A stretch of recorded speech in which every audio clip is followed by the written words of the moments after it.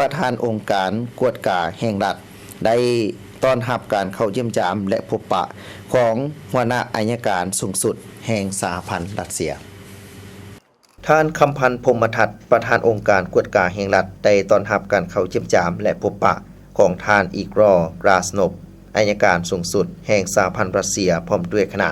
ในวันที่28พฤษภาคม2025ที่ผ่านมาที่ห้องรับแขกคณะกวดกาศูนย์กลางภัก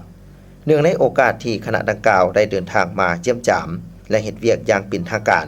อยู่สาธารณรัฐประชาธิปไตยประชาชนลาวในระหว่างวันที่27 29 พฤษภาคม 2025ในโอกาสดังกล่าวทานคำพันธ์พรหมทัตได้กล่าวแสดงความต้อนรับอย่างอบอุ่นพร้อมทั้งตีราคาสูงต่อท่านหัวหน้าองค์การอัยการสูงสุดแห่งสหพันธ์รัสเซียและคณะ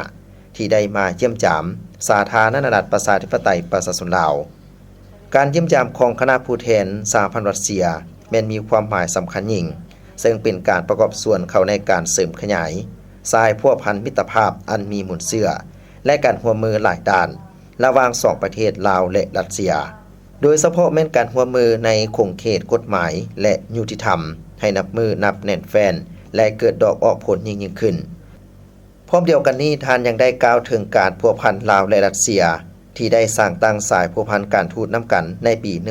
1960 และได้เสริมสร้างขยายการร่วมมือสืบต่อหัดแน่นการร่วมมืออันดีงามตลอดมา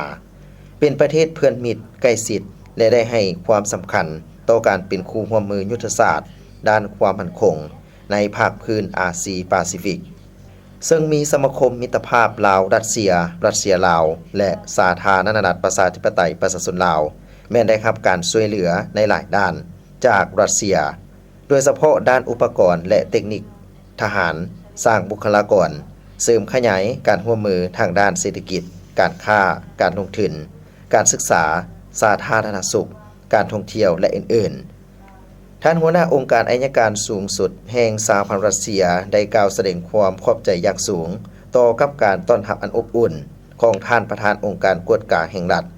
และในโอกาสดังกล่าวนี้ท่านหัวหน้าองค์การอัยการสูงสุดสหพันธ์รัสเซีย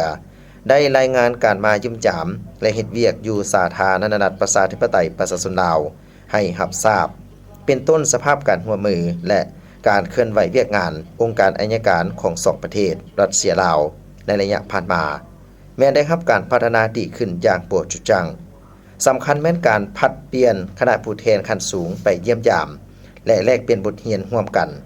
แนวใส่พัฒนาคงเขตเวียกงานอัยการของ2ประเทศให้เข้าสู่ลวงลึก